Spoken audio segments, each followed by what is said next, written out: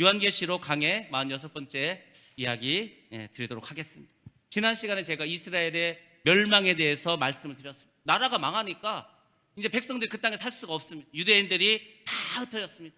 유럽으로, 아프리카로, 저 인도로 다 흩어져 버리고 말았습니다. 그리고 땅은 황폐해 버렸습니다. 이게 나라가 저주를 받으면 땅도 저주를 받습니다. 그 땅에서 나는 소산물도 다 저주를 받습니다. 그래서 저주받은 땅에서 나는 곡식들은 과일도 맛이 없고 농사를 져도 소출이 많지 않습니다. 대표적인 나라가 있습니다. 북한입니다.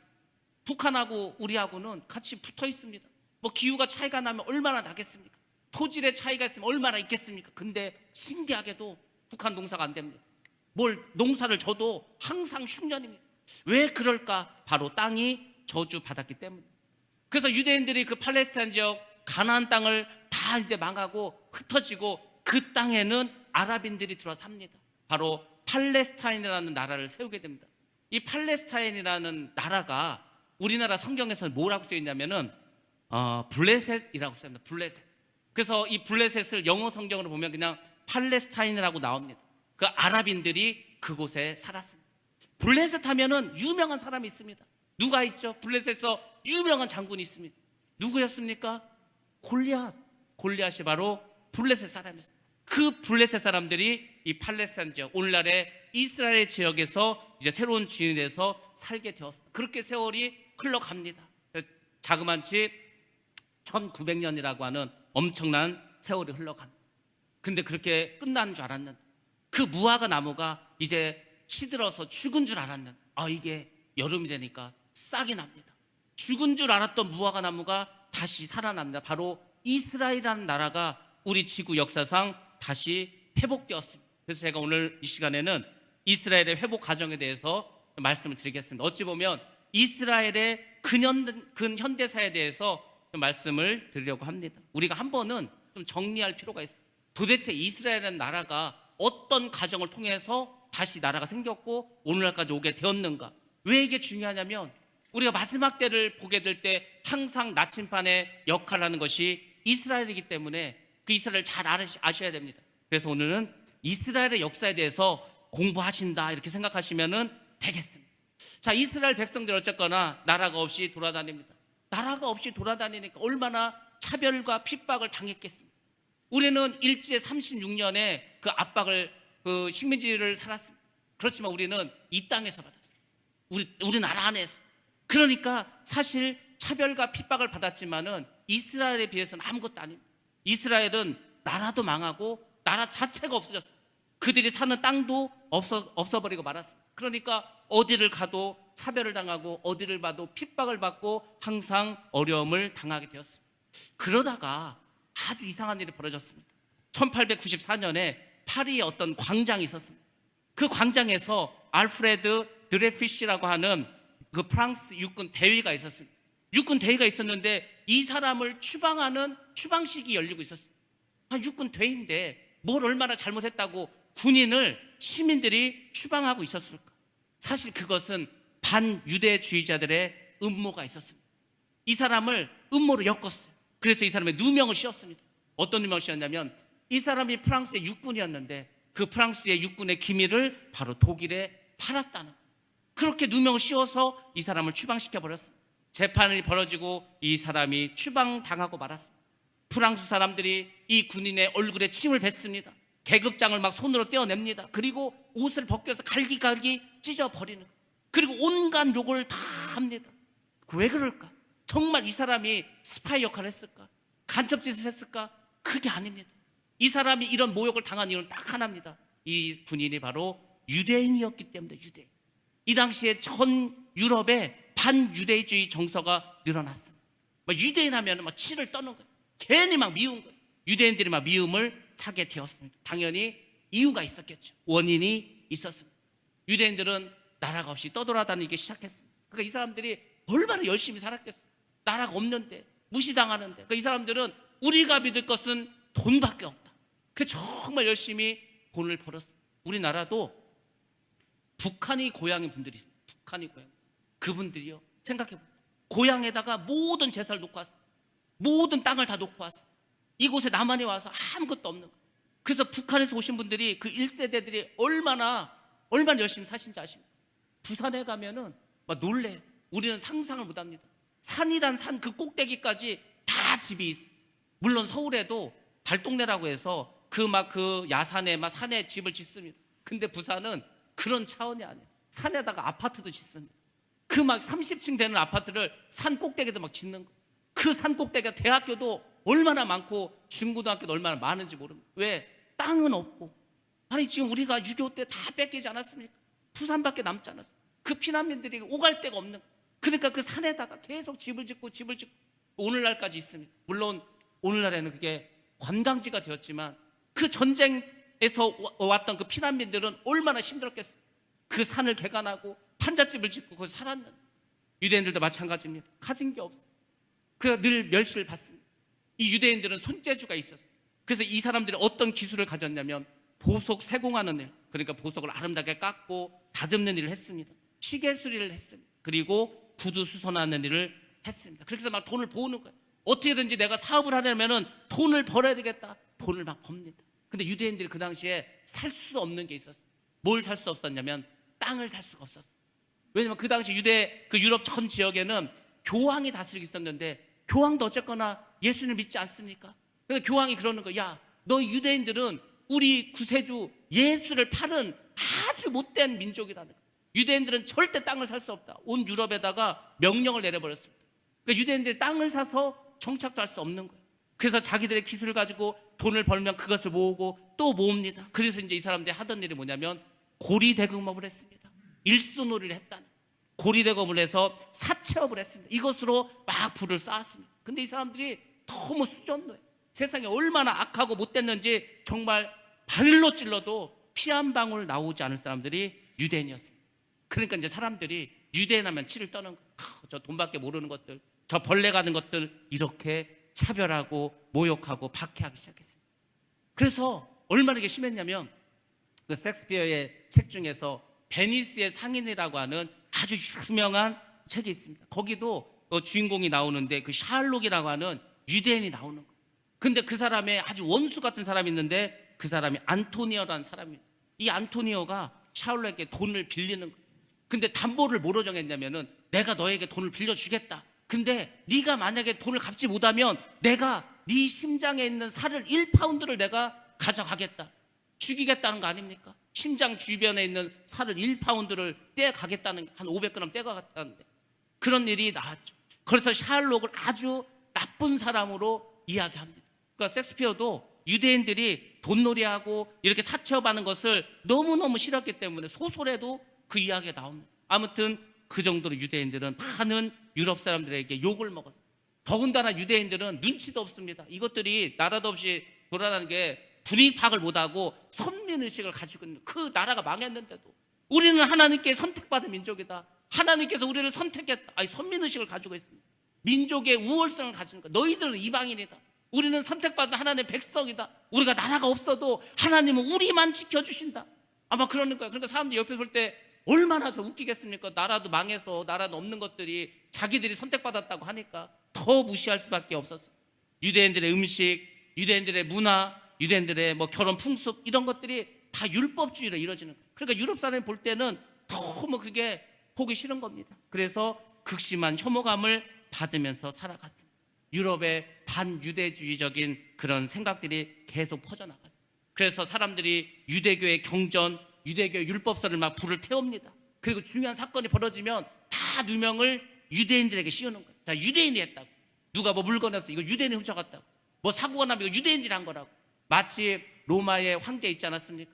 로마의 황제가 자기가 불을 지르고 자기가 못된 짓 다 해놓고서 이거 유대인들에게 뒤집어 씌운 것처럼, 기독교인들에게 뒤집어 씌운 것처럼 마찬가지로 뭔 일만 터지면 전부 유대인들에게 죄를 뒤집어 씌우면서 이렇게 피해를 보게 되었습니다. 한마디로 공공의 적이 됐습니다. 공공의 적. 그래서 유대인들이 핍박을 받게 되었습니다. 그래서 어떻게 보면은 이 프랑스의 육군 대회도 유대인이라는 이유로 이렇게 어려움을 당하게 되었습니다. 그러다가 드디어 시오니즘이라고 하는 운동이 생겨나게. 여러분들, 우리가 시온이라는 얘기 많이 하지 않습니까? 시온성이라고도 이야기하고, 뭐 시온교회도 많고 시온성도 있고 시온이라는 말을 많이 쓰는데, 여러분들 혹시 시온이 무슨 말인지 아십니까? 우리가 그래도 교회를 몇십 년을 다니는데 그 교회에서 시온이란 말도 많이 들었는데 도대체 시온이 뭘까? 시온이 뭡니까? 뭘 시온이라고 합니까? 여러분들 오늘 이걸 꼭 기억하시기 바랍니다. 시온은 뭐냐면 우리가 잘 아는 것처럼 다윗 왕이 이제 통일을 했습니다. 유대와 이스라엘을 통일했습니다. 그래서 아주 넓은 영토를 갖게 되었습니다. 그리고 수도를 정했습니다. 예루살렘의 수도를 정했죠. 그리고 거기다가 성전을 짓습니다. 왕궁도 짓습니다. 바로 다윗이 왕궁, 그러니까 자기의 왕궁을 지었던 그 지역, 그것을 우리가 시온이라고 합니다. 오늘로 치면 그 예루살렘 동쪽 언덕편, 거기가 바로 시온성이 있었던, 그 다윗성이 있었던 곳입니다. 오늘날로 치면 오펠이라고 하는 지역인데 그 지역이 바로 시온입니다. 근데 그 시온은 모든 유대인 속의 마음속에는 우리는 항상 시온으로 가야 돼. 우리는 그 다윗 왕이 이 정말 세상을 다 통일하고 그 강대국이었던 그 당시로 돌아가야 돼. 이 생각 늘 가지고 있어요. 그래서 항상 시온을 향해서 눈물을 흘리고 기도를 하고 하나님 그 시온의 영광을 다시금 우리에게 주옵소서. 다윗 왕이 이스라엘 통일하고 하나님께 정말 그렇게 기도하고 했었던 것처럼 그 전성기를 우리에게 다시 주옵소서. 그게 바로 시오니즘인데 그 시오니즘 운동이 일어났습니다. 바로 이 드레피시 그 대위의 사건을 보고 사실 이 사람은 그렇게 간첩도 아니었어요. 누명을 쓴 거였어요. 그래서 마지막으로 이 대위가 이렇게 말합니다. 나의 조국은 프랑스, 나는 조국을 배반하지 않았다. 그러면서 프랑스 만세를 외쳤지만 결국 그는 사람들의 인정을 받지 못하고 12년 동안 감옥에서 중형을 받게 됩니다. 이것을 누가 봤냐? 이것을 바로 한 유대 청년이 봤습니다. 그 청년이 이 모습을 보고 막 너무 충격을 받았어요. 저 군인이 잘못도 없는데 누명을 써서 이렇게 많은 사람들에게 저렇게 멸시와 환난과 핍박을 당하는 것, 그것을 보고 너무너무 마음이 아팠어요. 이 청년의 이름이 아주 유명한 사람인데 네오도르 헤르첼이라고 하는 사람. 이스라엘 역사에서 이 헤르첼이라는 이름은 굉장히 중요합니다. 이 청년의 직업이 뭐였냐? 신문 기자였습니다. 극작가였습니다. 사회평론가였습니다. 의사였습니다. 법률가였습니다. 지금으로 치면 법대 나오고 의대 나오고 신방과 나오고 뭐 하여튼 뭐 국문학과 나오고 이런 사람, 아주 똑똑하고 유능한 사람이었어요. 근데 자기도 유대인. 근데 유대인이라는 그 이유 하나만으로 저 군인이 저렇게 어려움을 겪는다면 나도 언젠가는, 우리 유대인이 언젠가는 누구나 다 이런 일을 당할 수 있겠다. 그래서 이 사람이 시온주의라고 하는 운동을 시작하게 됩니다. 그는 먼저 책을 하나 썼어요. 역시 책이 사람들에게 많은 영향을 줍니다. 이 당시에 무슨 뭐 방송이 있으니까 뭐가 있습니까? 책을 썼는데 유명한 책을 썼습니다. 유대 국가론이라는 책을 저술했습니다. 그리고 그것을 곳곳에 다니면서 유대인에게 나눠주고 호소했습니다. 그리고 이렇게 말했어요. 모든 유대인들은 시온으로 돌아가서 나라를 세워야 한다. 우리가 지금 나라가 없으니까 이 고생하고 있지 않냐. 우리가 나라가 없으니까 이렇게 조롱당하고 핍박당하지 않냐. 그러니까 우리 모두는 다윗 왕이 세웠던 그 시온으로 돌아가서 그곳에 나라를 세워야 된다. 유대 국가를 재건하지 않는 이상 우리 유대인들은 언제든지 어려움을 얻을 수 있고 받을 수 있고 참된 유대인의 해방을 얻을 수가 없다라고 주장을 했습니다. 그것이 1896년 우리나라 조선사회 한참 막 어려운 그 당시에 이 청년이 이렇게 이야기를 했어요. 그리고 많은 유대 청년들이 동조하기 시작했어요. 그래, 맞아. 나도 보니까 우리가 너무 말도 안 되는 것에 대해서 막 우리가 공공의 적이 돼서 너무 어려움을 당하고 핍박을 당하고 이렇게는 할 수 없다. 우리가 우리 조상의 땅으로 돌아가자. 이렇게 막 젊은이들이 막 들고 일어나기 시작했어요. 물론 보수적인 유대 지도자들은 반대했습니다. 그렇지만 그 반대 속에서도 이 운동은 유럽 전역으로 퍼져가기 시작합니다. 그래서 드디어 1897년 8월 29일 날 스위스 바젤이라는 곳에서 제1차 시온주의자 회의라는 게 열렸습니다. 그러니까 말 그대로 유럽에 사는 많은 젊은이들이 모였습니다. 모여서 우리가 돌아가자는 거예요. 어디로 돌아갑니까? 지금 팔레스타인이라는 나라가 있는 그곳, 원래 우리의 고향, 우리의 조상이 있었던 그곳으로 가서 우리가 나라를 세우자. 그래서 이때부터 이제 그 팔레스타인으로 이주를 하기 시작합니다. 이민을 가기 시작합니다. 그곳에 가서 땅을 사서 집을 짓고 이렇게 합니다. 근데 막상 가나안 땅을 가봤더니만 땅이 척박해요. 이게 뭐 농사를 짓기도 어렵고 이게 땅이 너무 버려진 땅이라 불모지하고도 뭐 그냥 불모지 같은 땅이었어요. 그러니까 처음에 갔던 사람들은 야, 이게 우리가 하나님이 젖과 꿀이 흐르는 땅이라고 뭐 2000년 전에 4000년 전에 우리 조상들에게 약속했던 땅인데 정작 가보니까 그냥 사막이야, 사막. 농사 지을 땅도 별로 없고 도대체 이 땅에 와서 우리가 무엇을 할 수 있어? 그렇지만 유대인들은 1900년 동안 핍박당한 게 억울해서도 우리가 이곳에서 다시 이 땅을 재건하자 꿈을 가졌습니다. 많은 사람들은 시온주의 운동이 이상일 뿐이다, 꿈에 불과할 거라고 말했습니다. 근데 성경 말씀처럼 그 시작은 미약했지만 내 나중은 창대하리라는 그 말씀처럼 지금 이스라엘은 황무지 땅이 아닙니다. 젖과 꿀이 흐르는 아름다운 땅으로 변화시키셨어요. 정말 대단한 사람. 근데 여러분들, 어떻게 이스라엘이 이렇게 나라를 세우고 변화될 수 있었어요? 드디어 하나님께서 역사하셨기 때문에. 1900년 동안 하나님은 아무것도 안 한 것 같지만 그렇지 않습니다. 하나님은 유대인들을 항상 보고 계셨어요. 온 인류의 역사를 이제 끌고 가시면서 다시 유대인들을 나라를 세우게 했다는 것은 하나님께서 다시 우리의 인간의 인류의 역사를 통해서 하나님의 일을 시작하셨다는 것을 우리가 알 수 있습니다. 그래서 이제 이스라엘 사람들이 팔레스타인으로 모여들기 시작합니다. 그렇게 세월이 조금씩 흐르다가 1914년이 되었습니다. 1914년이 무슨 일이 있었던 해인 줄 아십니까? 바로 세계 제1차 세계대전이 있었던 해입니다. 그래서 이제 1차 세계대전은 큰 전쟁은 아니었어요. 영국과 프랑스 그리고 러시아가 한 팀이 되고 오스트리아와 그리고 이제 독일과 그리고 이제 오스만 투르크 터키가 이렇게 이제 동맹을 맺어서 전쟁을 하게 되었어요. 근데 영국이 이때 이제 주도적으로 이제 전쟁을 하는데 그때 영국에 문제가 하나 생겼어요. 어떤 문제가 생겼냐면 총을 쏘면은 이게 화약이 터지는데 연기가 너무 많이 나는 거예요. 그러니까 이 군인들이 총을 한번 쏘면 눈이 따가워서 안. 그래서 무연 화약이 필요했어요. 연기가 나지 않는 화약이 있으면 좋겠는데 이게 부족한 거예요. 곤경에 빠졌습니다. 그때 머리 좋은 유대인이 뭐를 발견했냐면은 폭탄을 하나 제조했습니다. 연기도 나지 않습니다. 그 사람의 이름이 하임 바이츠만이라는 사람. 이 하임 바이츠만이라는 사람이 새로운 폭약을 만들어서 영국군에 도움을 줬습니다. 그리고 이 당시에 유대인의 재벌이 있었습니다. 아주 큰 재벌이 있었어요. 이 사람도 역시 여러 가지 은행업 이런 걸 통해서 이제 돈을 많이 벌게 되었고 귀족들하고 친하게 지내면서 그 귀족의 땅을 사서 엄청 부자가 되었는데 바로 로스차일드라고 하는 사람이 있어요. 이 사람이 이 후손들이 지금도 전 세계를 지고 있는데 이 로스차일드가 1차 세계대전에 영국을 도와줍니다. 돈을 주고 무기를 지원하는 거예요. 그리고 많은 유대인들이 영국군에 참전을 해서 직접 전쟁에 가서 싸우기도 합니다. 그래서 영국이 승리한 데서 많은 도움을 줬습니다. 그 왜 이렇게 유대인들이 영국을 돕고 돈도 보내고 직접 군이 돼서 싸우기도 하고 화약도 만들어서 주고 왜 그랬겠습니까? 바로 영국을 통해서 자기들이 그 팔레스타인 지역에 이스라엘의 나라를 세우려고 했기 때문에 그래서 이렇게 열심히 도왔습니다. 그러니까 영국 입장에서도 이 유대인들이 너무 열심히 돕고 하니까 그래 그냥 팔레스타인 그 좋은 땅도 아닌데 그냥 나라 세우게 해주지 이래서 팔레스타인에 유대인들이 나라를 세우도록 약속을 해줍니다. 그때 영국에 외상이 있습니다. 그 사람 이름이 발포라는 사람입니다. 그래서 그 사람 이름을 따서 발포 선언이라는 것을 하게 됩니다. 그 내용은 뭐냐면 팔레스타인에 유대인의 국가를 세우겠다 이렇게 공표를 했습니다. 그래서 이제 유대인들은 드디어 우리가 나라를 갖게 되는구나. 드디어 우리가 이제 우리의 나라를 세워서 정말 하나님께 제사 지내고 우리 민족끼리 모여 살겠구나 막 꿈에 부풀었어. 근데 그렇게 세상이 호락호락하지 않습니다. 팔레스타인에 살고 있었던 아랍 사람들이 바보입니까? 자기들을 다 쫓아내버리고 거기에 자기의 민족도 다르고 종교도 다른 이스라엘 사람들 나라를 세우게 구경만 하겠습니까? 당연히 아랍 국가들이 반대를 하기 시작했어요. 심한 반발을 했어요.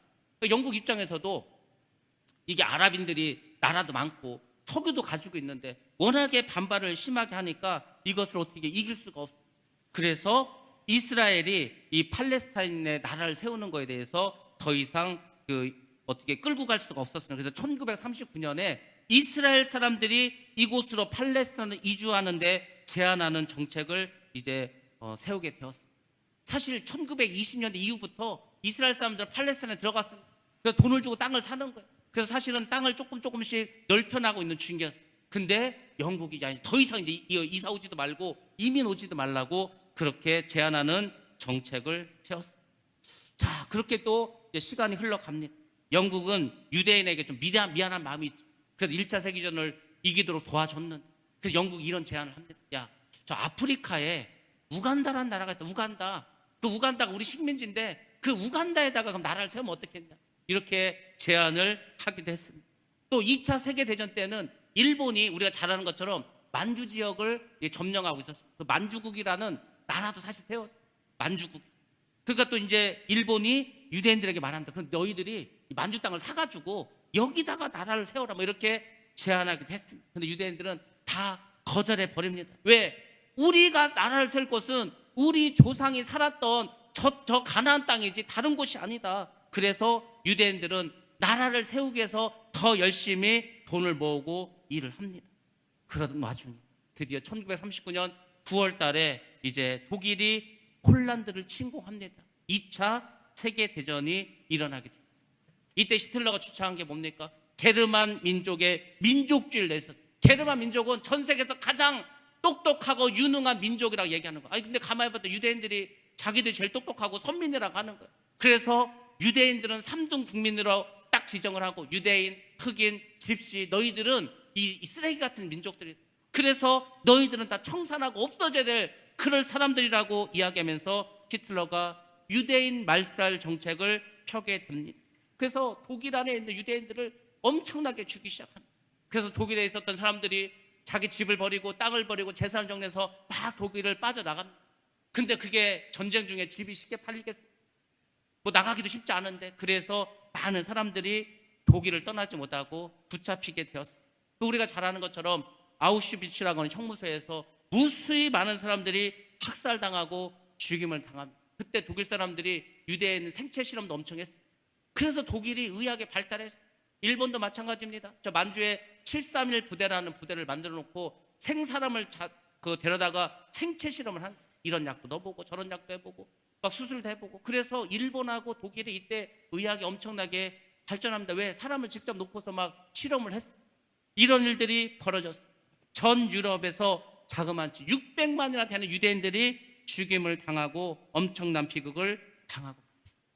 유대인들이 이런 일을 겪으니까 더 간절해지는 야 우리가 어떤 일이 있어도 정말 나라를 세우자.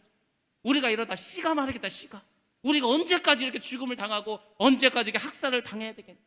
2차 세계대전이 끝났습니다. 그 대학살 홀로코스트를 겪은 그 이스라엘 향해서 많은 나라 사람들이 너희들은 이제 독립할 자격이 있다. 그렇게 많은 사람이 죽고 어려움을 겪었으니까 나라를 세워주겠다라는 국제적인 여론이 조성되기 시작합니다. 드디어 이스라엘이 독립할 수 있는 계기가 열리기 시작합니다. 그리고 1947년 11월 29일 날 유엔에서 이제 이스라엘을 독립국가로 이렇게 선언하는 투표를 하게 됩니다. 유엔 총회에 이 문제가 상정이 되었습니다. 물론 그때 아랍 국가들이 계속해서 반대를 했어요. 이 당시에도 아랍은 석유가 있었기 때문에 석유에 그 석유를 무기로 해가지고 로비도 하고 많은 그런 반대 운동을 벌였지만 찬성 33표 반대 13표로 이스라엘을 독립해서 나라를 세워주는 것은 유엔을 통과하고 드디어 독립의 명분을 갖게 됩니다. 이게 오늘날 세계사를 제가 이제 말씀드립니다. 근데 여러분들 잘 보시기 바랍니다. 이 일 속에서 하나님이 일하지 않으셨겠어요? 사실 이렇게 전쟁이 일어나고 1차 세계대전이 일어나고 2차 세계대전이 일어나고 유대인들이 많이 죽고 이런 일들이 있었지만 사실은 그 모든 것들은 하나님께서 이스라엘이라고 하는 나라를 다시금 세워주시기 위해서 하나님께서 개입하시고 하나님께서 하신 일입니다. 그러니까 여러분 개인도 마찬가지. 여러분이 지금까지 인생을 살아옵니다. 여러분 인생을 한번 쭉 돌이켜보세요. 10대 때, 20대 때, 청년 때, 뭐 중년 때 다 생각해 보시고 우리가 지금까지 살아온 게 거저 살아온 게 아니라는 다 지나고 보면은 하나님께서 개입하셨어요. 하나님께서 역사하셨습니다. 정말 힘들고 어려웠는데 정말 인생의 그 어려운 순간순간마다 하나님이 함께 하셨음을 여러분들 깨달으시고 감사하시기 바랍니다. 지금은 모를 수 있어요. 지금은 나중에 다 천국 가서 천국 가면 여러분의 살았던 인생을 다 슬라이드처럼 보게 됩니다. 동영상처럼. 이때 하나님께서 개입하셨고 이때 하나님께 천사를 보내주셨고 이때 하나님께 나를 보호해 주셨고 저도요 지나온 인생을 돌이켜보면은 하나님께서 이거는 하나님이 하지 않고서는 이런 일이 벌어질 수가 없다. 너무나 많이 경험합니다. 한 개인도 한 가정도 한 직장도 한 나라도 마찬가지. 다 하나님이 개입을 하신 하나님 역사하신. 그래서 결국 드디어 1948년 5월 14일 날 영국이 이제 팔레스타인의 위인 통치를 마치고 영국 군대가 이제 팔레스타인을 철수하게 됩니다. 그리고 텔아비브에서 이스라엘의 총리였던 벤구리온이 이스라엘의 독립을 선언합니다. 드디어 그 AD 70년 로마 장군 티투스에 의해서 멸망당했던 이스라엘이 다시금 이 지구상에 깜짝하고 이렇게 나오는 놀라운 역사가 1900년 만에 있게 되었습니다. 죽은 무화과가 다시금 싹을 낸 거예요. 그 예수님의 비유, 무화과 나무의 비유를 배우라고 하지 않았습니까? 나라가 다시 생기게 되었습니다. 자, 근데 이스라엘 역사는 순탄하지 않았습니다. 우리나라 못지않게 아주 어려운 일을 겪게 됩니다. 독립을 했습니다. 5월 14일 날. 근데 독립을 하고 바로 그 다음 날 전쟁이 일어납니다. 1948년 5월 15일 날 이집트, 요르단, 시리아, 레바논, 이라크 연합을 했습니다. 연합을 해가지고 팔레스타인 해방군을 결성했습니다. 야, 우리가 지금 살고 있는 이 땅에, 알라를 섬기고 있는 이 땅에, 아니 하나님을 섬기는 그런 히브리 민족들이 들어왔어. 지금도 이 이슬람에서는 자기 땅에 이교도가 들어오면은 죽여도 상관없어. 그거를 허용하지 않는 거야. 근데 멀쩡한 자기 지금 그 중동의 국가에 있고 이슬람 섬기는 나라가 있는데 그걸 쫓아내고 거기에 나라를 세워? 더군다나 이교도가 들어와? 당연히 전쟁을 할 수밖에 없어. 그래서 아니 세상 독립을 하고 바로 그 다음날 우리는 그래도 45년에 해방을 하고 50년에 전쟁을 했으니까 5년의 시간이 있었는데 이스라엘은 독립을 선언하고 그 다음날 바로 전쟁이 시작되고 말합니다. 그것이 바로 제1차 중동 전쟁입니다. 생각해 보세요. 어제 독립선언했는데 군대가 있습니까? 이스라엘은 군대도 조직되지 않은 상황입니다. 그러니까 처음 전쟁이 났을 때는 이스라엘 사람들이 엄청 고전할 수밖에 없었어요. 근데 이 사람들은 하나님께서 보호하신다는, 하나님께서 우리와 함께 하신다는 마음이 있었어요. 그래서 그 힘들고 어려운 그 고전을 1년 이상 끌고 갑니다. 그래서 뭐 전쟁이 길어지니까 유엔에서 중재를 합니다. 그래서 국제연합에서 개입을 해서 중재를 해서 정전을 하게 되는데 그게 49년 6월 달입니다. 1년 한 보름 정도가 지났어요. 근데 신기한 게 뭐냐면 전쟁이 한 1년, 그렇게 한 1개월 정도 했는데 전쟁 끝나고 보니까 이스라엘은 땅이 엄청나게 넓어졌어요. 전쟁을 하기 전보다도 엄청난 땅을 갖게 되었습니다. 아랍 지역에서 더 많은 지역을 이제 갖게 되었습니다. 이것이 하나님의 역사입니다. 여러분들 구약에 보면 전쟁이 되게 많이 있어요. 이 성경을 전쟁사만 보더라도 굉장히 많은 전쟁을 이스라엘이 생각해 보시기 바랍니다. 그 가나안 땅에 들어가기 전에 물론 이제 애굽 땅에 나와서 그 바알 군대가 쫓아왔을 때도 사실 그 전쟁을 한 거 아닙니까? 근데 그 전쟁을 누가 다 했어? 하나님 다 했다. 하나님 홍해 갈라주시고 이스라엘 그 애굽 군대들이 올 때 다 그 불로 막아주시고 홍해를 그 애굽 군대가 올 때 다시 홍해물을 닫히게 해서 다 죽여버리지 않았습니까? 또 전쟁이 홍해 전쟁. 그리고 이제 광야 생활을 합니다. 그리고 그 가나안 땅에 들어갈 때 계속해서 전쟁을 합니다. 가나안 땅에 있는 그 성을 무너뜨릴 때 다 전쟁. 그 전쟁마다 얼마나 하나님이 역사하신지 아십니까? 사사시대 때 엄청나게 많은 전쟁을 했어요. 그 많은 전쟁 중에서 물론 이 이스라엘들이 또 우상 숭배하고 말을 안 듣고 그럼 또 하나님께서 다른 민족을 이렇게 일으켜가고 또 막 괴롭히고 회개하면 또 돌아오면 또 용서해 주시고 이렇게 반복이 되었지만은 그 많은 전쟁에서 말도 안 되는 그 어떤 방법을 하나님 이기게 해주셨어요. 그 이후에 나라가 세워졌어요. 이제 사울왕이 세워지고 다윗과 솔로몬 그리고 이제 솔로몬 이후에 또 나라가 쪼개졌지만 그 남한국과 북이스라엘도 엄청난 전쟁을 벌인 무수히 많은 전쟁을. 근데 그 전쟁사를 한번 다 잘 한번 보시기 바랍니다. 말도 안 되는 방법으로 이깁니다. 기드온 한번 보세요. 기드온이 생각해 보세요. 뭐 적이 쳐들어왔는데 이거 뭐 군사적으로 보나 뭘로 보나 이길 방법이 없어. 근데 하나님께서 항아리에다 횃불을 숨겨가지고 소리만 지르게 해서 그냥 이기지 않았어. 그거 말고도 하나님께서 엄청난 방법을 막 동원해가지고 어떤 경우에는 적이 자기들끼리 막 적인 줄 알고 막 밤에 막 찔러 죽여가지고 그 다음날 가봤더니 적이 다 죽어있어. 하나님이 하신. 우리가 1차 세계대전이나 2차 세계대전 마찬가지입니다. 그 전쟁사를 깊이 들어가 보면은 독일이 유럽을 통일할 수 있었어. 독일이 완전히 다 몰아붙이고 영국밖에 남지 않았어.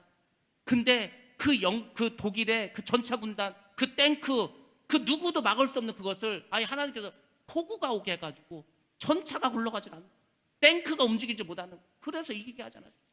하나님은 그렇게 해서 인류의 그 역사에 개입을 하십니다. 우리나라도 마찬가지. 여러분들 사실 우리나라가 뭐 동방의 예루살렘이다 이런 얘기 하면서 이스라엘 사람하고 많이 비교하지 않습니까? 근데 영적으로 봐도 굉장히 이렇게 많습니다. 그래서 어떤 사람은 그렇게 주장합니다. 원래 우리 이 한국 사람이 이스라엘 사람하고 같은 민족이었는데 우리 조상들이 이제 그 이스라엘 쪽에서 이쪽으로 이 극동 쪽으로 이렇게 와서 하지 않았나? 왜? 유대인하고 한국 사람 머리가 전 세계에서 가장 좋습니다. 그렇죠? 또 말씀드렸잖아요. 우리나라는 대한민국은 하나님을 믿는 나라로 시작되었다. 하나님께 기도하고 하나님이 보호하사 우리나라 만세라고 하는 그런 어떤 애국가 가사를 가진 나라고.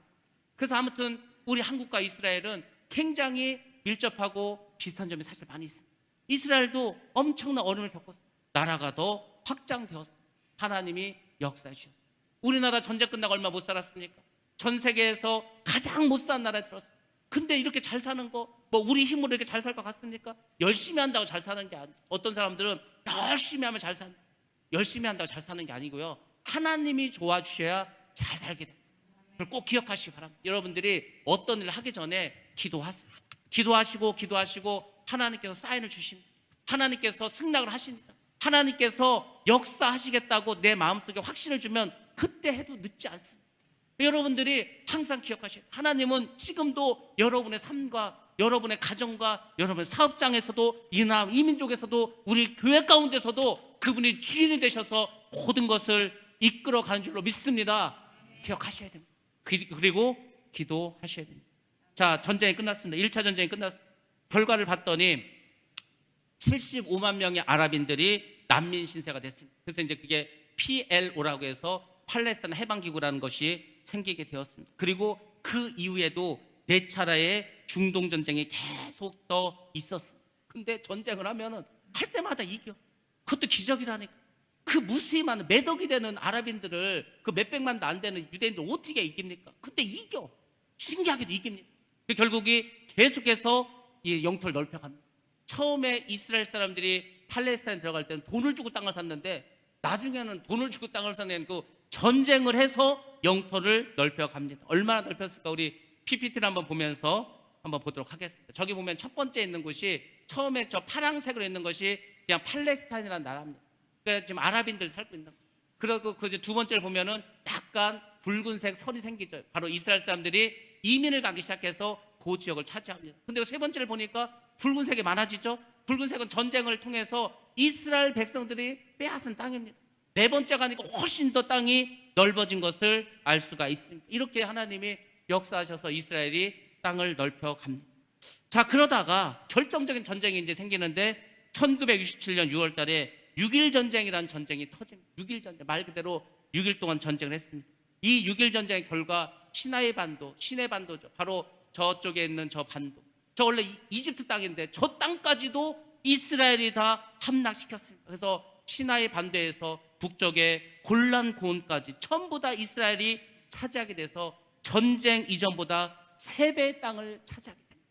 이게 기적이 아닙니까? 이런 것이 기적입니다. 구약의 그 무수히 많은 전쟁처럼 하나님께서 오늘날도 이스라엘에 역사하셔서 놀라운 일을 벌여주셨습니다. 하나님께서 2600년 전에 예레미야에게 예언하신 말씀이 있습니다. 그 말씀이 이루어진 지도가 바로 저 지도입니다. 하나님은 지금도 이렇게 역사하십니다. 구약 시대 때 예언한 게 오늘날에 이루어지는 것도 있습니다. 그래서 성경은 모든 하나님 예언들이 계속 이루어가는 거예요. 이루어가고 요한계시록에 있는 그 마지막 때 그 일만 아직 이루어지지 않고 다 이루어져 가고 있습니다. 이스라엘 사람들은 영토를 확장하고 이제 그 땅을 새롭게 마련합니다. 그러면서 또 하나의 운동을 벌입니다. 그것이 바로 알리야 운동이라는 것입니다. 알리야 운동. 이게 처음에 이스라엘이 생겼을 때, 건국했을 때 이스라엘의 인구가 67만이었어요. 67만 가지고 전쟁을 한 거예요. 67만은 뭐 청주 인구 정도밖에 되지 않습니까? 3년 뒤에 2배 이상으로 인구가 늘었습니다. 애를 낳아서 늘은 게 아니고 계속해서 전 세계에 흩어졌던 유대인들이 돌아왔기 때문입니다. 그러다 1973년 됐을 때 270만이 되었습니다. 1987년에 350만이 되었습니다. 1915년대에 780만이 되었습니다.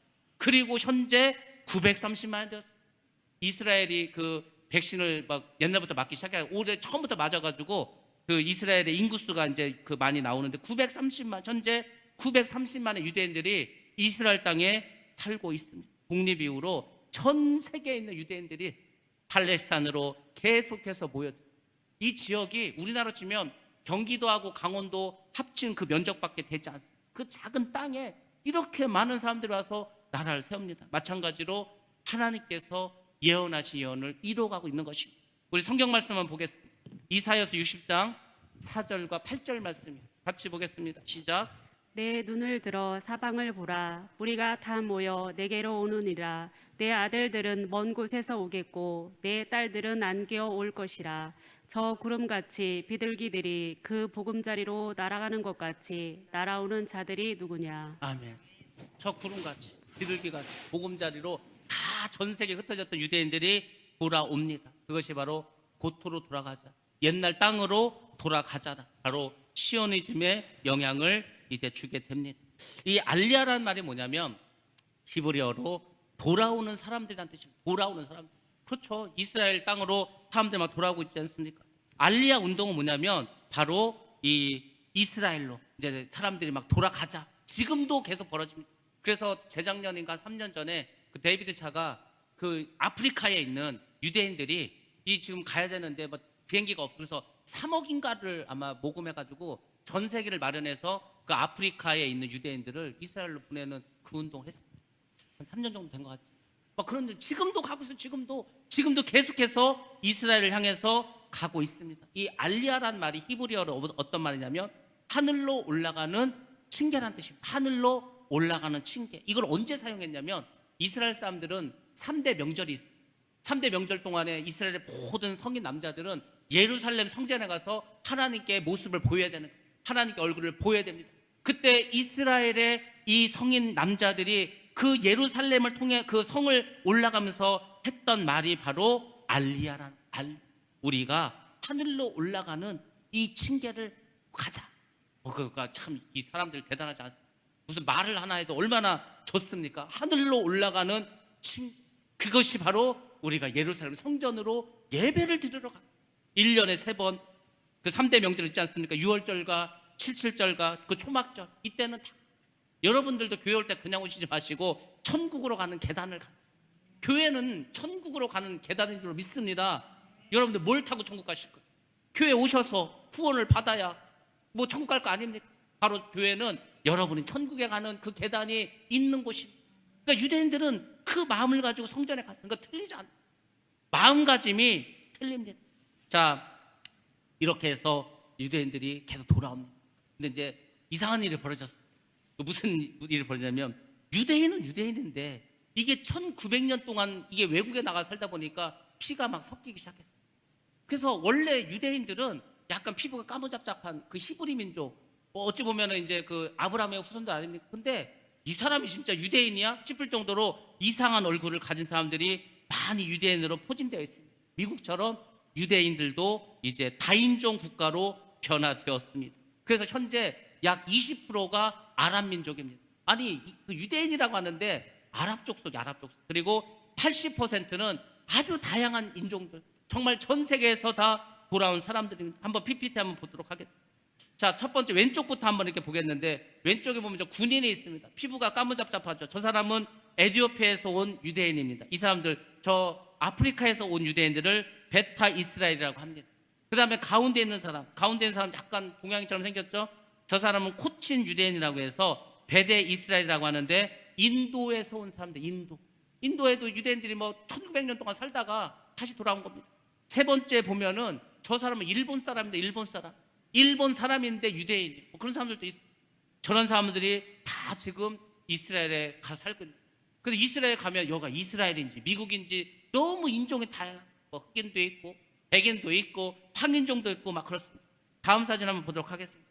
유럽에서 온 사람도 있습니다. 유럽에서 온 그 유대인들을 아시케나즈라고 말합니다. 아시케나즈 유대인들. 그리고 가운데에 있는 게 이베리아 반도에서 온 그 유대인입니다. 이베리아는 스페인과 포르투갈에 있는 쪽인데 거기 이제 남부 유럽 쪽이죠. 그 사람들을 세르파딤 유대인이라고 하는, 조금 모습이 또 다르죠. 그리고 이제 마지막 그 세 번째가 중동 출신입니다. 미즈하히 유대인이라고 하는.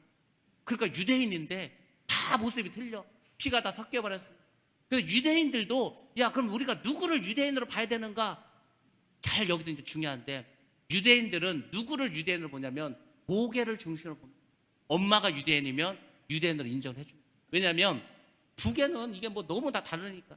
엄마가 유대인이라면은 그 엄마는 자녀들에게 이스라엘의 말을 가르치고 이스라엘 하나님의 말씀을 가르치고 자녀 교육을 엄마가 합니다. 그래서 엄마가 유대인이면은 유대인으로 인정을 합니다. 그러다 보니까 저렇게 인종이 다양하게 되었어요. 아무튼 이제 전쟁을 통해서 이제 영토를 넓히고 인구가 계속 늘어나고 사람들이 돌아옵니다. 그럼 이제 이 사람들이 왔으니까 어떻게 했습니까? 우리나라 치면 새마을운동을 해야 될 거 아닙니까? 우리나라 그 새마을운동도 사실은 이스라엘의 농촌 이것을 보고서 사실 배운 거 아닙니까? 이것을 보고서 1900년 동안에 이스라엘 땅을 방치해버렸어요. 그러니까 막 황무지가 되고 늪이 되고 막 이렇게 됐어요. 그래서 이 사람들이 가서 제일 먼저 한 게 뭐냐면 갈릴리 호수에다가 펌프를 달아가지고 400km 우리가 이제 송수관이 이게 무슨 송유관이 아니에요. 송유관 기름이 가는 게 아니고 물이 가는 큰 송수관을 만들어 자그만치 400. 그걸 어디까지 끌고 갔냐면 네게베 사막 그 남쪽에 있는 사막까지 그 물을 끌어오는 거. 거기다가 오렌지 나무를 심습니다. 그리고 이제 그 중간중간에다가 계속해서 밭을 만듭니다. 그 밭은 스프링클러를 막 다는 거예요. 벌써 막 60년대 70년대 스프링클러를 달아가지고 시간이 되면은 그 스프링클러가 돌아가면서 물을 막 뿌려줍니다. 그래서 온갖 농사를 타는 관계 농업을 발전시켰어요. 체계적인 물 관리하는 거예요. 빗물까지도 다 받아. 이 사람들이 그 옥상에다가 물을 받아놓는 게 있어요. 그래서 그 기둥을 통해 내려오는 그 물도 다 받아가지고 농사를 짓고 가족용으로 사용하면서 합니다. 그리고 늪으로 바뀌었던 그 지역에 그것을 다 기름진 농토로 바꿉니다. 나무를 심고 현대식 건물을 짓고 해서 이제 현대식 도시로 바꿔버립니다. 이런 것이 가능하게 됐던 것이 뭐냐면 키부츠라고 하는 농장이 있었기 때문입니다. 이스라엘에 278개의 키부츠 농장이 있습니다. 작은 곳은 200명에서 한 1000명 정도, 큰 곳은 3000명에서 4000명 정도가 있습니다. 이게 무슨 농장이냐면 집단 농장입니다. 집단 농장. 어떻게 보면은 공산당 같아. 사실은 공산당하고 똑같은 것을 했어요. 그러니까 공산당들이 이게 정말 이론대로 했으면은 더 잘 살 수 있었어요. 유대인들은 그 정책을 썼습니다. 공동 노동, 같이 일합니다. 공동 소유, 그 농장을 같이 공동으로 소유합니다. 그리고 공동 육아, 아이들을 공동으로 키우는 겁니다. 그리고 공동 식사를 하는 거예요. 그래서 이제 이민자들이 왔으니까 직업도 없고 아무것도 없을 거 아닙니까? 이민자들이 몰려오면 전부 다 이 키부츠 농장에서 일자리를 줍니다. 의식주를 제공해 줍니다. 그리고 그 사람들이 거기서 정착할 수 있도록 해줬어요. 오늘날에는 어떻게 됐어? 오늘날에 이스라엘 젊은이들이 거기 가서 농사 짓고 살겠습니까? 그렇지 않겠죠. 젊은 층들이 떠납니다. 그래서 이 키부츠 농장이 자꾸 이제 쇠퇴되고 있는, 그 자리를 누가 차지하고 있냐면 저 태국이나 이런 아시아에서 온 외국인 노동자들이 거기를 좀 자리를 맺고 있는. 쉽게 말해서 이것도 3D 업종이기 때문에 이스라엘 청년들이 지금 이 협동농장 가서 공동 그 집단 농장 가서 일하지 않습니다. 지금은 하여튼 외국에서 들어온 노동자들이 그 일을 감당하고 있습니다. 그렇지만 이 키부츠와 또 모사브라고 하는 이 농장은 이스라엘이라는 나라가 오늘날 이렇게 발전할 수 있는 그 모체가 됩니다. 그리고 이것을 보고 우리나라도 새마을 운동을 사실 벌이게 됩니다. 그 건국대학교에서 부총장을 역였던 박사님이 여기 가서 그 배운 거 아닙니까? 그래서 이제 박 대통령이 그 이스라엘도 갔다고 했으니까 우리가 또 어떻게 좀 잘 살아봐야 되는데 우리 농촌을 어떻게 해서 좋겠냐. 그래서 이스라엘에 유학 갔다 와서 거기서 다 배워오고 해가지고 우리나라에 새마을 운동을 벌였어요. 그러니까 어찌 보면 한국하고 이스라엘하고는 굉장히 좀 공통점도 많고 굉장히 우리하고 친한 사이라는 걸 알 수 있습니다. 이런 모든 것들이 사실 성경에 예언되어 있습니다. 에스겔서 한번 보겠습니다. 36장 8절과 10절 말씀 같이 봅니다. 시작. 그러나 너희 이스라엘 산들아 너희는 가지를 내고 내 백성 이스라엘을 위하여 열매를 맺으리니 그들이 올 때가 가까이 이르렀음이라. 내가 또 사람을 너희 위에 많게 하리니 이들은 이스라엘 온 족속이라. 그들을 성읍들에 거주하게 하며 빈 땅에 건축하게 하리라. 아멘. 거주하게 하고 빈 땅에 건축하게 해서 오늘날에 이스라엘을 세우게 됐습니다. 자, 이렇게 해서 이스라엘이라는 나라는 세워졌고 이제 가장 중요한 제3성전에 대해서 말씀드리도록 하겠습니다. 이스라엘의 이 제3성전은 엄청나게 중요한 어떤 그 상징성을 가지고 있어요. 왜냐하면 이곳에서 적그리스도가 서게 될 것이고 또 그 적그리스도가 제3성전을 짓도록 허락해 주기 때문입니다. 적그리스도가 역사 가운데 등장하는 매우 중요한 것이 바로 제3성전입니다. 근데 이 제3성전이 아직 지어지지 않고 이 성전 자리에 다른 성전이 있는데 바로 황금사원이라는 것입니다. 이 황금사원이 옛날에 솔로몬이 또 예수님 당시에 그 헤롯이 막 한참 헤롯 왕이 있었을 때 이스라엘 사람들이 예배드렸던 그 성전 터에다가 이제 사원을 세웠습니다. 이곳은 아브라함이 아들 이삭을 하나님께 바친 모리아 산입니다. 이 모리아 산이 이제 그 예루살렘 안에 있는데 그 황금 사원은 우리가 잘 아는 것처럼 이슬람 사원입니다. 유대교 사원도 아니고 기독교 교회도 아니고 성당도 아니고 이슬람 모스크라는 것입니다. 그래서 이슬람에서도 이것을 이슬람의 3대 성지로 아주 잘 섬기는 거예요. 그러니까 이게 지금 예루살렘 안에 있는데 이슬람 사람들, 그러니까 이게 얼마나 지금 종교 전쟁이나 뭐 한참 이게 진짜 화약고가 될 수밖에 없는 곳입니다. 이 사원을 이슬람 사람들은 오마르 사원이라고 합니다. 왜 오마르 사원이라고 하냐면 AD 638년에 이슬람 제국 그 오마르 왕이 예루살렘에 들어와서 예루살렘을 함락시킵니다. 점령해 버립니다. 그래서 그곳을 이슬람 국가로 만들어 버립니다. 그래서 691년 칼리프였던 압들 말리크라고 하는 사람이 그곳에 사원을 생기고 그 오마르 왕이 예루살렘을 함락했기 때문에 오마르 왕의 이름 따서 그 사원의 이름을 오마르 사원이라고 명명하게 되었습니다. 이 당시에 이 성전을 어떻게 지었냐면 그 이집트에서 세금을 7년간 모았습니다. 7년간 그 이집트에 나오는 세금을 가져다가 이 성전을 건축하게 되었습니다. 이 성전이 유명한 것은 그 건물에 있는 돔인데 그 돔의 지름이 한 23m 정도 됩니다. 그리고 지상에서 이제 봤을 때 높이가 한 32m 정도 되는 돔이 있는데 처음에는 구리와 알루미늄을 합금해서 만들었어요. 그래서 황금이 아니었는데 1958년에서 64년까지 지붕교체 공사를 했습니다. 그때 황금색을 입혀서 오늘날 같은 황금빛이 나는 성전이 되었습니다. 사진 한번 보도록 하겠습니다. 자, 사진 한번 보면 저게 황금 돔입니다. 뭐 여러분들 TV에서도 뭐 여러 번 많이 나왔죠. TV에 보면은 여러 가지 그 여행 프로가 있는데 뭐 이스라엘 편 보면은 항상 나오는 것이 저곳입니다. 이렇게 지붕을 황금으로 만들어서 저곳에서 이슬람을 믿는 사람들이 가가지고 저기서 이제 예배를 드리는 거예요. 근데 저곳은 예루살렘입니다. 더군다나 아브라함이 이삭을 바쳤던 성지 중에 성지인데 지금 저곳을 이슬람에서 차지하고 있습니다. 자, 그 다음에 이제 중요한 것이 저 성전을 바이사원이라고 말하기도 합니다. 바이사원. 다음 사진 한번 보여줘.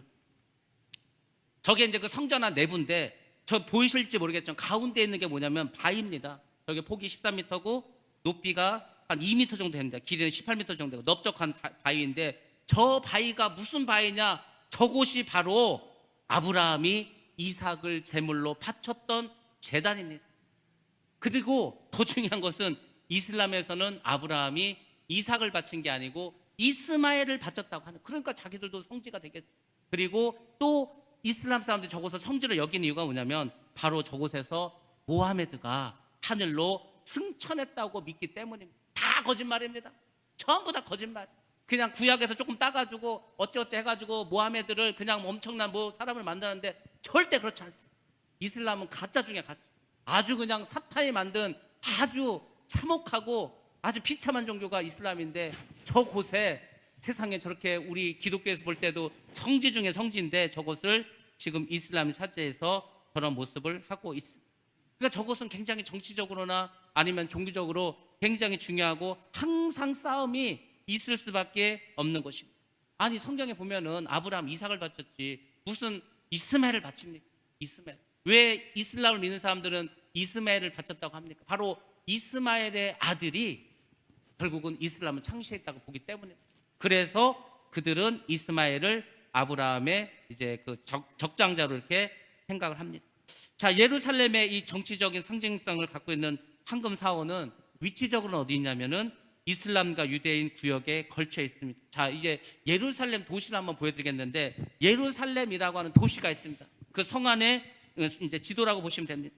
저게 많은 종교인들이 분포하고 있습니다. 종교가 저 작은 도시에 종교가 다른 사람들이 막 이렇게 살아가고 있습니다. 늘 다툼이 있고 뭐 항상 뭐 테러가 일어나고 있습니다. 그래서 유엔에서 중재를 했습니다. 그래서 네 구역으로 나눴어요. 네 구역. 그래서 기독교인이 거주하는 곳, 유대인, 아랍인, 아르메니안 이렇게 네 구역으로 나눴습니다.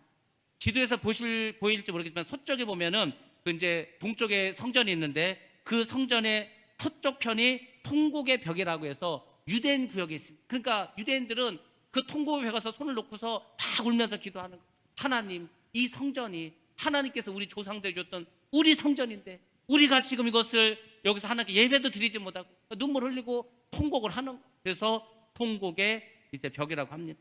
그리고 십자가의 길이 있습니다. 조금 이제 북쪽에 있는데 그것은 기독교 구역인데 그렇다고 막 교회가 있는 게 아니고 더 엄밀하게 말하면 기독교 구역은 그리스 종교가 있습니다.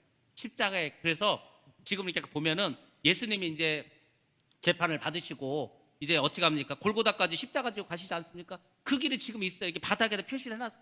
근데 이제 그게 저도 뭐 여행 프로를 봐서 이렇게 보지만은 그냥 시장이에요, 시장. 시장이고 좁은 그냥 이렇게 골목 같은 길이에요. 그 길이 예수님이 십자가를 지고 가신 그 길입니다. 이게 지금도 다 보존되어 있어요. 근데 참 신기한 것은 우리는 당연히 이스라엘이고 예루살렘이 가니까 최소한 유대교가 아니면 기독교가 아니면 성당 뭐 이런 게 있을 것 같은데 아닙니다. 이슬람교도 많이 있고 거기에는 또 다른 민족들 아르메니아인들도 살아가고 있습니다. 아무튼 그 골목을 벽을 이렇게 경계를 해서 나뉘어져 있습니다. 그러니까 언제 어디서 테러가 일어날지 항상 이것은 파약고입니다.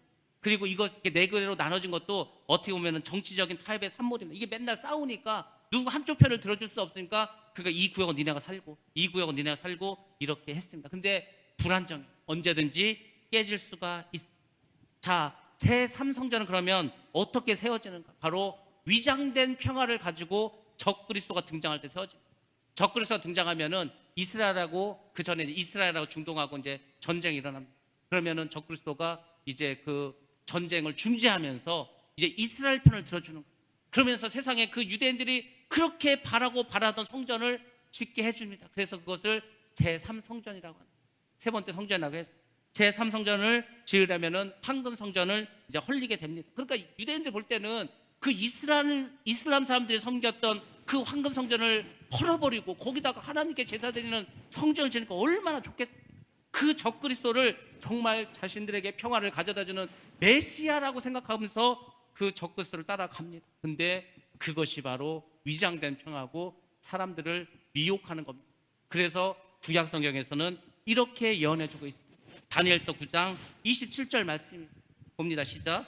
그가 장차 많은 사람들과 더불어 한 이레 동안의 언약을 굳게 맺고 그가 그 이레의 절반에 제사와 예물을 금지할 것이며 또 포악하여 가증한 것이 날개를 의지하여 설 것이며 또 이미 정한 종말까지 진노가 황폐하게 하는 자에게 쏟아지리라 하였느니라 하니라. 아멘. 결국 다니엘 9장 27절에 말했던 그 사람이 바로 적그리스도라고 합니다. 적그리스도가 이 지상에 이 세상에 사람들 앞에 섰을 때는 세계적으로 존경받는 세계적으로 기대를 받는 세계적인 통치자로 등장하게 됩니다. 예수님께서 초림하셨을 때 많은 사람들이 예수님께서 세상에 평화를 가져올 것을 바랬습니다. 그래서 메시아를 열망하고 갈망했어요. 마지막 때도 마찬가지입니다. 이제 많은 어려움들이 있고 전쟁이 있고 힘든 때 근데 적그리스도 나타나서 평화를 가져다 줍니다. 이 사단은 항상 하나님을 따라서 모방하려고 하는 게 있어요. 예수님께서 평화의 왕으로 오신 것처럼 자기도 사실은 그게 가짜 평화지만은 사실은 그게 사람들 속이는 위장된 평화지만은 평화의 모습으로 나타납니다. 적그리스도가 결국은 이 땅에 오게 되고 사람들이 그 적그리스도를 기대하게 됩니다.